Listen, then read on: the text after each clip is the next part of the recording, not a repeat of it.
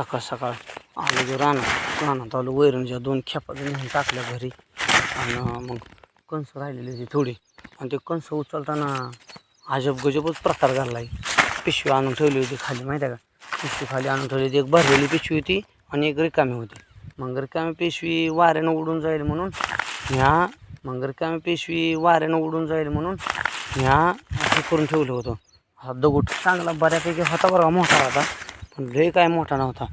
मग झालं विषय काय माहिती आहे का? विषय काय झाला, एक मोठी पिशवी जी भरलेली होती ते मी नेऊन गाडीवर नेऊन ठेवली.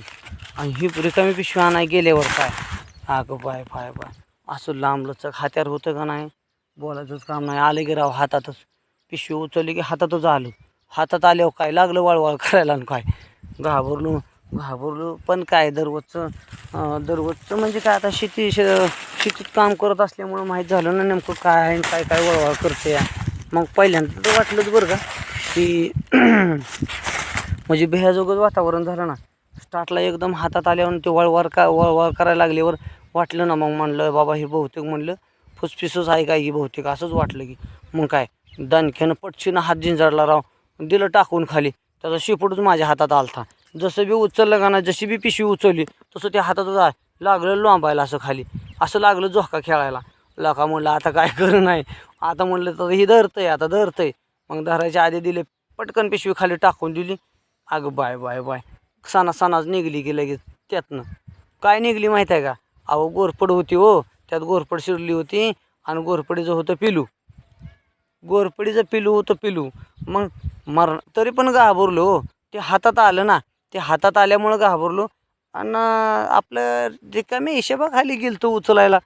पण काय माहीत आहे, त्याच्यामुळं रानात ही गेल्यावर असं पिशव्या जर रिकाम्या ठेवल्या ना, तर घडी घालून व्यवस्थित दगड ठेवा आणि कडला ठेवा कुठंतरी.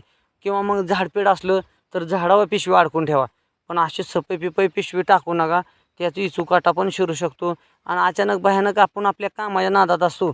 माणसाच्या काही मनी देणे नसते की बाबा त्यात काय असल नसल. कशाला माणूस एवढा विचार करतो या. धरली सहजासहजी उचलली अशी, ते आलं की त्याचा शिपूट झाला हातात, लागलं लोंबायला, लागलं हालाय असं. आणि हालायला लागल्यावर काय, माणूस किती जरी समजा धट असला आणि न भिणार असला तर अचानक पण असं घडल्यावर काय माणूस बेहतर राहून घाबरतं. मग झाला एवढा इंटरव्हल झाला. ती पिशवी परत आणली, लागलो कणसं भरायला लागल्यावर काय, असे कणसं टाकत असताना ती पिशवी भरायच्या टायमिंगला जी कणसं आहे ती का नाही, ते आता त्या दिवशी शितोडा झालता ना, ते शितोडा झाल्यावर या कणसाच्या हे असा पाला आहे का, ह्या पाला त्या पाल्याच्या थांबा हे आता ह्यात नाही काय असं वळवळ केलं असतं ना लगेच काय असतं तर त्या पाल्याच्या ह्याच्यात होता इचू.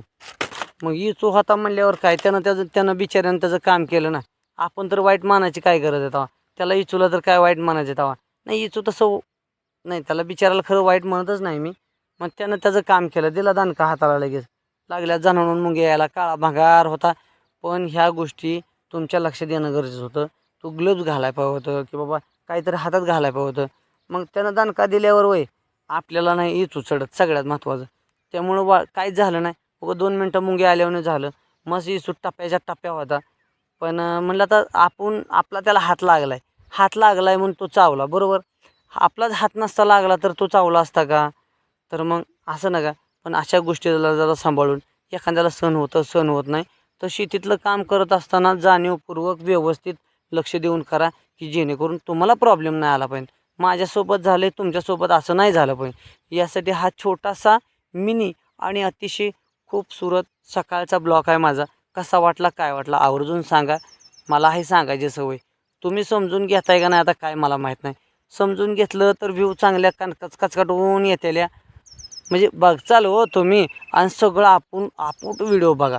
म्हणजे नेमकं तुम्हाला समजन की काय होतं आणि कसं होतं ते. काय म्हणताय मग, ठेवू का मग. सकाळ आता बाद झालं. बाय.